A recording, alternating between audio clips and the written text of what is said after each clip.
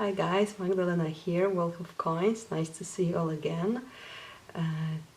Today I wanted to talk about something that I had a couple of requests for, and it will be Baba Jaga. So I think when it comes to Slavic folklore, she is the most widely known character. So I'm not surprised that people are asking about her. It took me some time to start working on this video because the topic was, a bit felt intimidating for me. I wanted to give the topic justice, but in the end we will see how it goes. And yeah, let's start. Learner's check. And I hope it's all right. So I will start with talking about the name itself. So it consists of two parts. First is Baba, second is Yaga. And Baba itself is a word that has really many meanings, but they are connected. This is one of those babble words that infants speak. So it sounds like it sounds.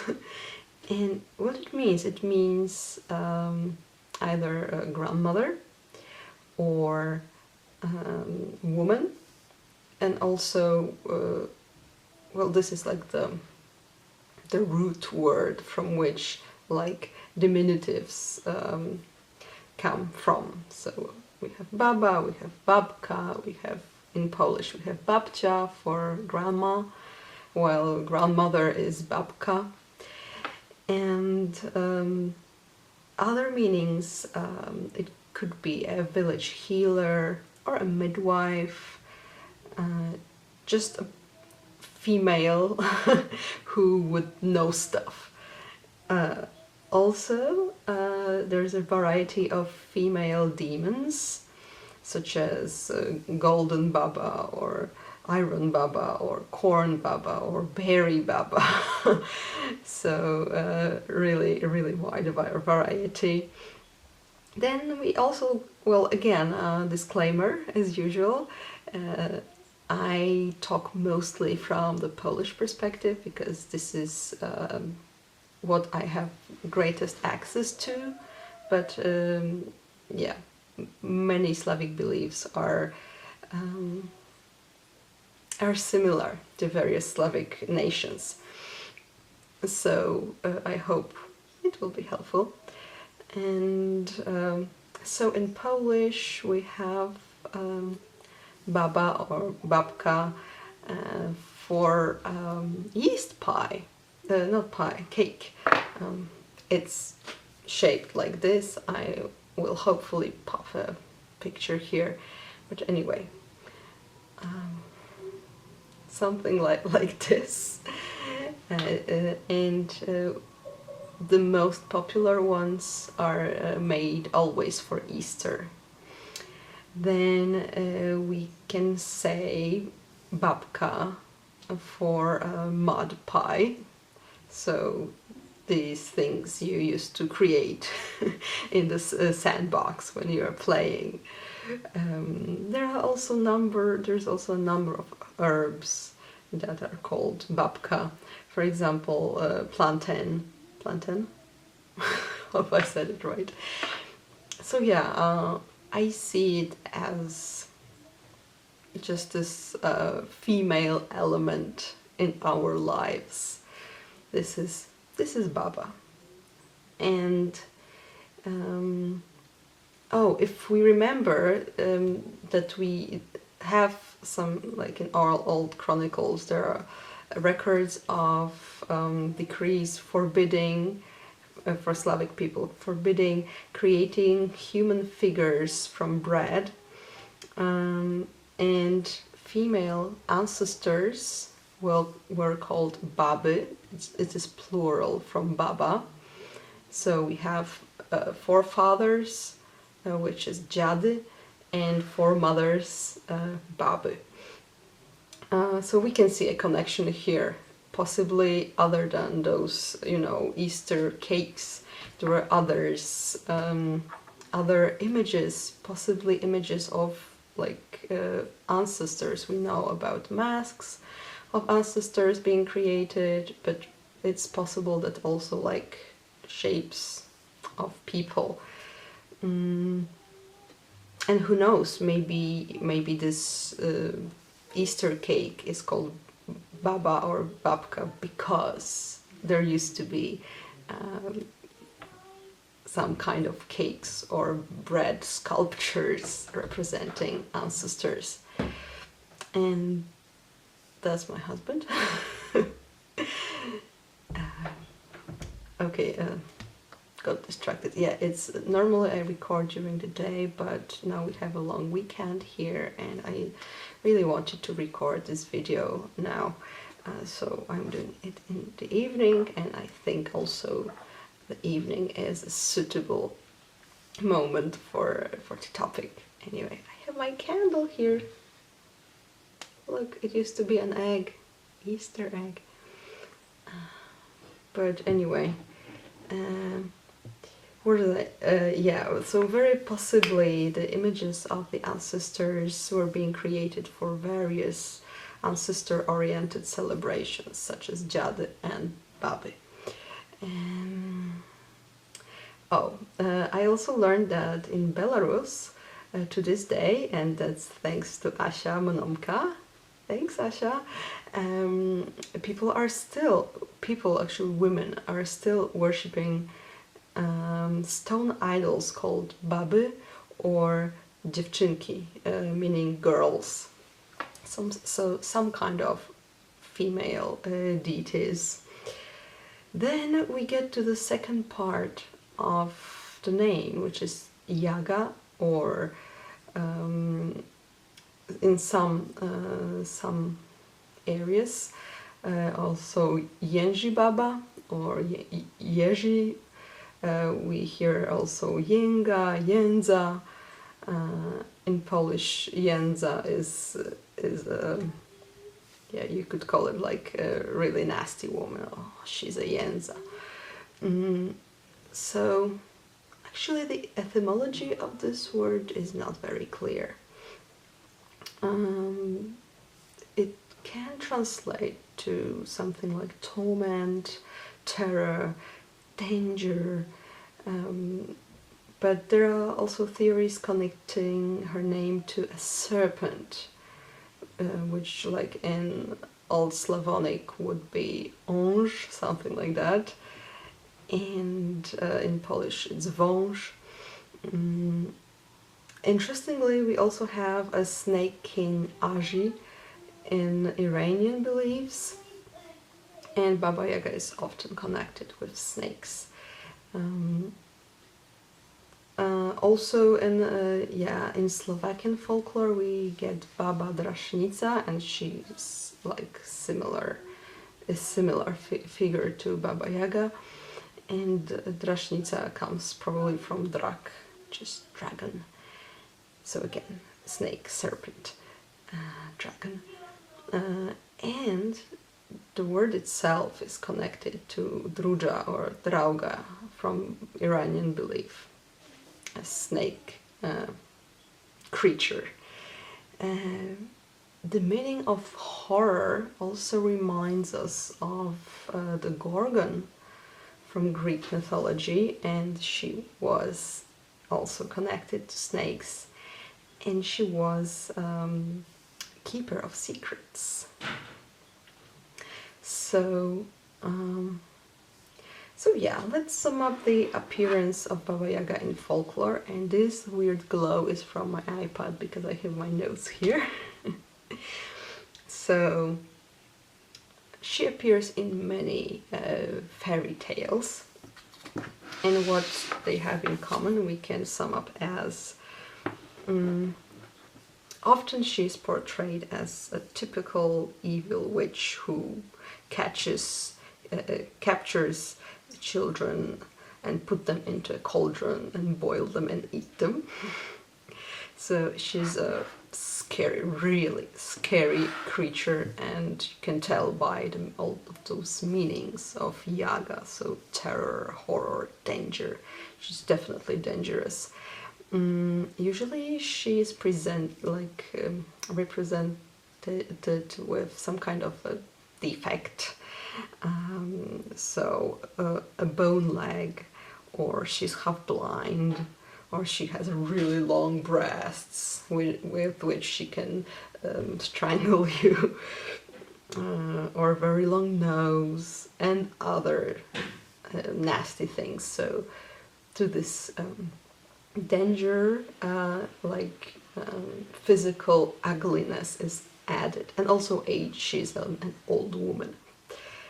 She is associated with owls, especially with eagle owl, in Latin bubo, which I thought interesting, because we have Baba and here we have bubo.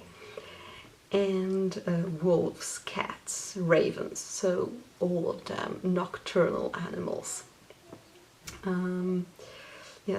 So she is a dangerous person, but and she also tries to kill the hero or the heroine, but she also very often appears as a person who is helping the main character of the story. So, and she's giving fire to Vasilisa in the story about Vasilisa the Beautiful. She's giving advice to Prince Ivan, or gifts like special items to a girl called Mariuszka, and on her quest. Then sometimes there is a triad of the same name, like there are 3 Baba Yagas, and the hero or the heroine encounters them in order, usually from youngest to the oldest. And and they are named, all of them are called Baba Yaga, and they are sisters. Then what else? She's flying in a mortar or on a shovel, but I believe it's a shovel used for putting bread into the oven, or on a broom, things like that. She usually lives in the middle of the deepest and wildest forest. And here an interesting fact, at least in Polish, the part of the forest that is the wildest and there are no people there is called matecznik, which comes from the word for mother, matka. So it's a place of the mother. Other places she lives in are like a mountain or something really far away, but her most famous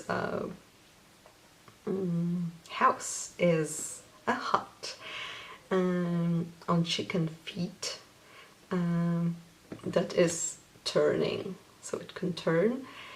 And Polish Baba Yaga is different to, for example, Russian Baba Yaga, who has this hut on 2 legs. Polish Baba Yaga always lives in a hut with 1 foot, so it's even weirder. It's even weirder, but yeah, it's turning. It's a turning hut in the middle of the wild forest. Yeah, I can show you. Actually, I have this Polish translation of Russian fairy tales. They were collected by Aleksander Afanasyev, and this is a Polish translation, and a Polish person did the illustration, so you can clearly see that the leg is only 1. And if you would like to find an easily available and fascinating like reinterpretation of a Baba Yaga story, please check out a famous book by Clarissa, Pinkola, Estes, Women Who Run with Wolves, or with the Wolves. I have it in Polish, so I might be mispronouncing it, but yeah, you know what I mean. And there is a tale of Vasilisa there who has to go to Baba Yaga to get fire. So it's like a quest. She goes to the deep forest and she has to perform tasks for Baba Yaga, and in return she gets fire. And it's like, it's my favorite chapter in the whole book. The whole book is great, but yeah, the Vasilisa story, like, seriously, check it out. And it's easily available in English, which is important too.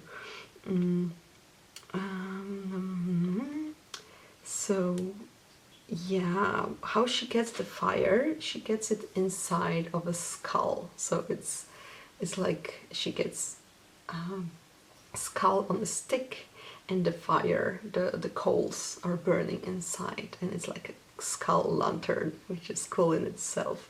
And the house of Baba Yaga is also described as surrounded by skulls and skeletons and very scary Halloweeny things. I have some cards here to show you by is he Aleksander?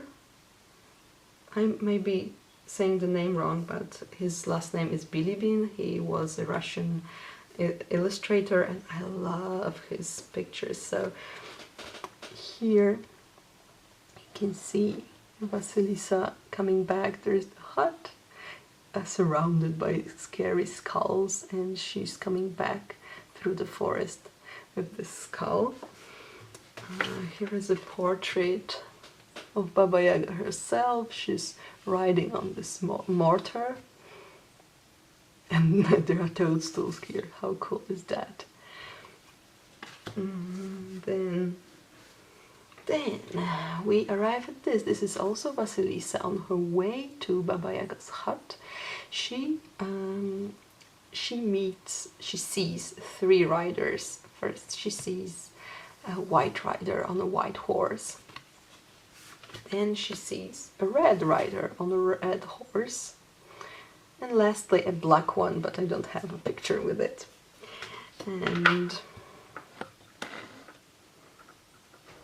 And later on she asks Baba Yaga about them.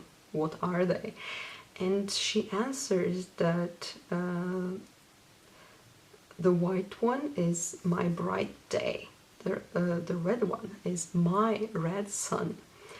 And meaning the sun. Not a male child. Whatever. And the last one is my dark night.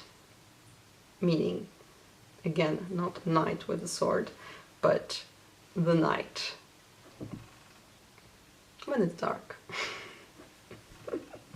Yeah, you can tell I'm tired today. We've been to the circus with our son today, and it's been fun but quite exhausting. So yeah.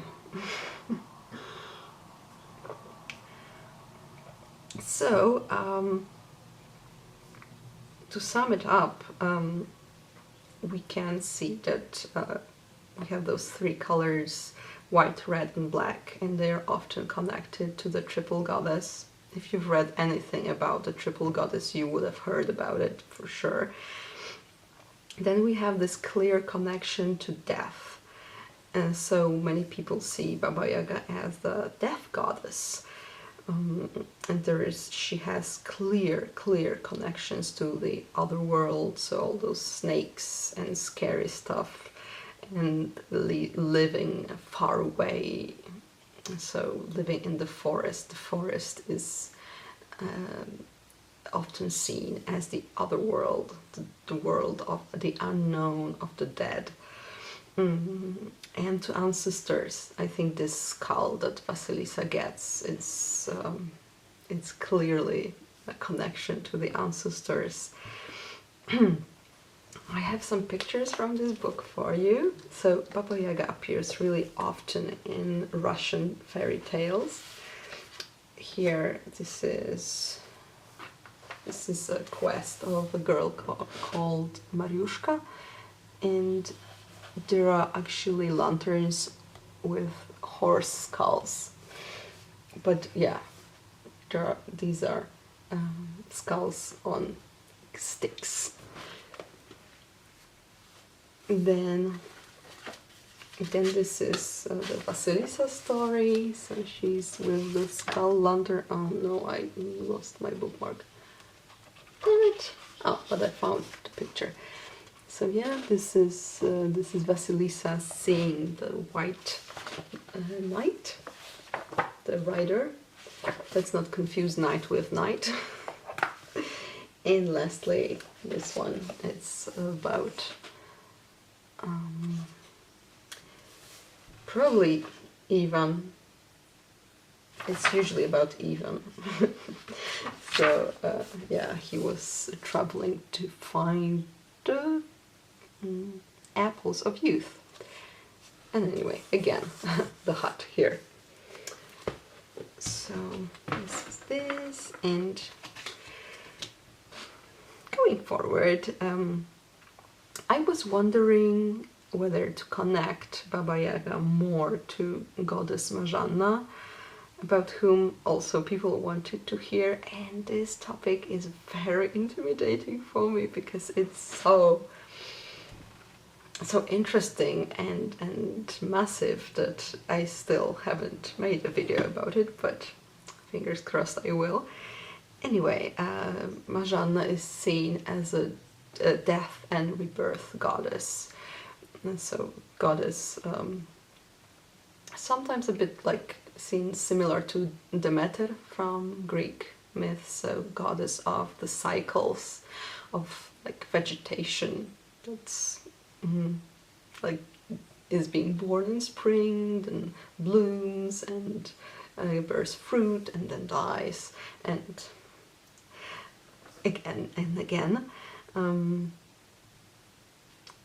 But there is also goddess Giovanna, about whom I have actually made a video, and you can check it out in this playlist, which is called Slavic Pagan Stuff. So it's about Gromnica, the Slavic celebration of, yeah, similar to Imbolc. Am I saying it right? I might be mixing things up. I'm really tired. Sorry, guys. But yeah, you can check out the videos there. And yeah, so Giovanna is the lady of the forest and of wild animals and of the wild and unknown. So it depends really. Some people see these two goddesses as like two sides of one coin, some see them differently, and yeah, both is possible because Baba Yaga character is very layered.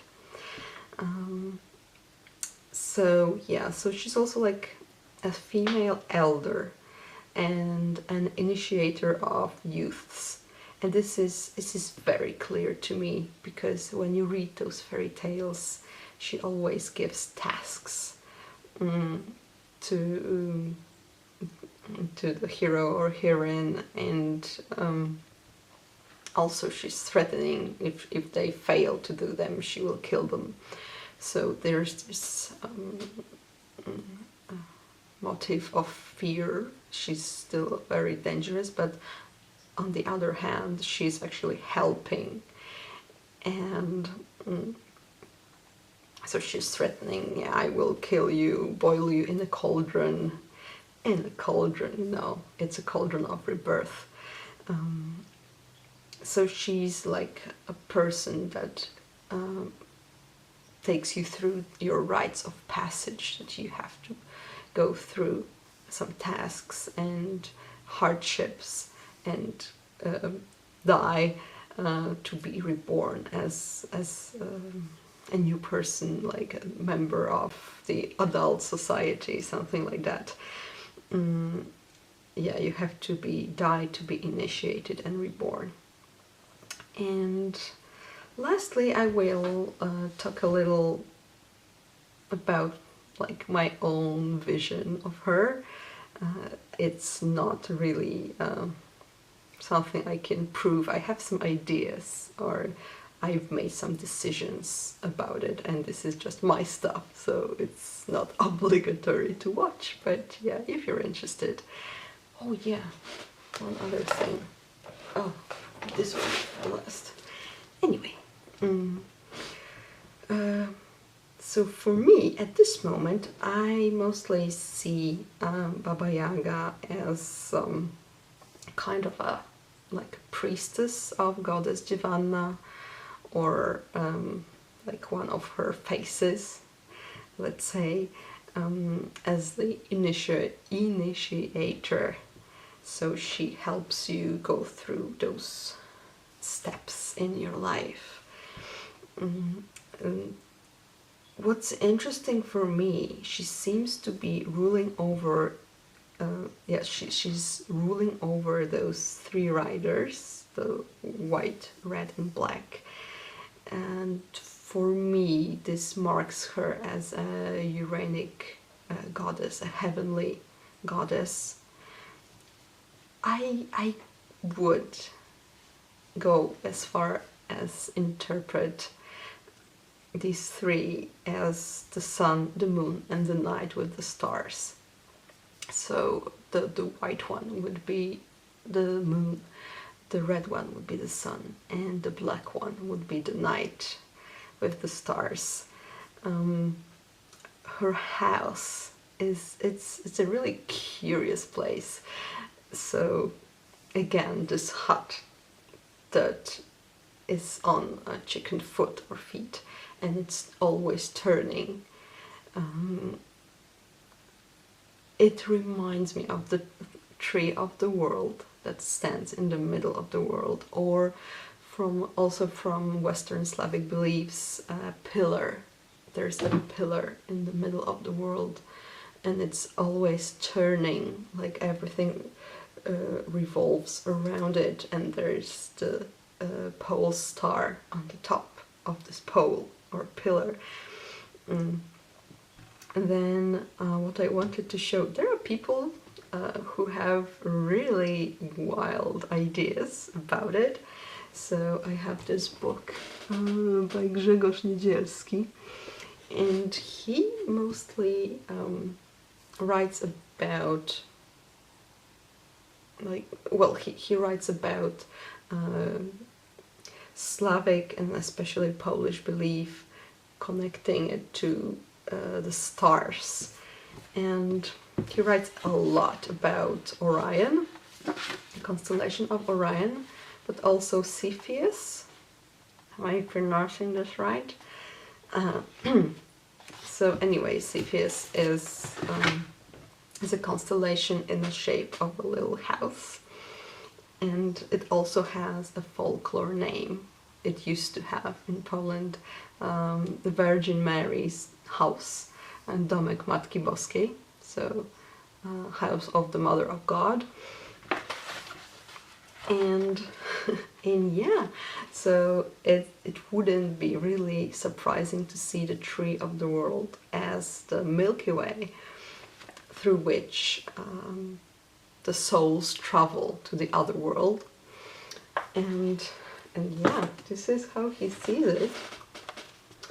So basically for him, can you see this chicken foot, this leg with three toes would be the toes would be Orion's belt with 3 stars. Then the leg itself is the tree of life, the Milky Way, and on top of it we get the house. So yeah, it's a pretty fascinating idea. I love it, but yeah, it's just, you know, an idea. Yeah, and lastly, I wanted to show you my sketch. I don't have a painting started yet. I'm planning on painting a Baba Jaga painting, but I have this sketch, and yeah, this is basically how it looks like. So I hope you can see it right. So I imagined this as Baba Yaga in her hut, and she's there. She is a bit scary. She has this face, and here I put the image of the goddess with two birds, and for me it often, like, it symbolizes the tree with two birds as well. So it's this, and then the skull and the snake here. Then we have the chicken foot with 3 toes as the tree, like the trunk of the tree and the roots. And then I have leaves and feathers falling down, because, as I said, she has all those otherworldly connections with snakes and nocturnal animals and ancestors, but still, because of those 3 riders that she seems to be ruling over, I see her as also as a heavenly being. So, and it's not strange at all, because the tree itself is connecting the other world, our world, and the heavens together. So here I would put the star and the moon and the sun. And feathers symbolize her heavenly nature here. So yeah, this is my idea, the sketch. We'll see how it will turn out. I don't know yet when I will finish with it. But just to sum it up, seeing her as both otherworld and heavenly identity, I see her as a guide. She's a guide. She's definitely a face of the goddess that leads your soul through the tree of life. And yeah, please let me know if you've learned anything interesting from this video. If you have any questions that I can answer, I will.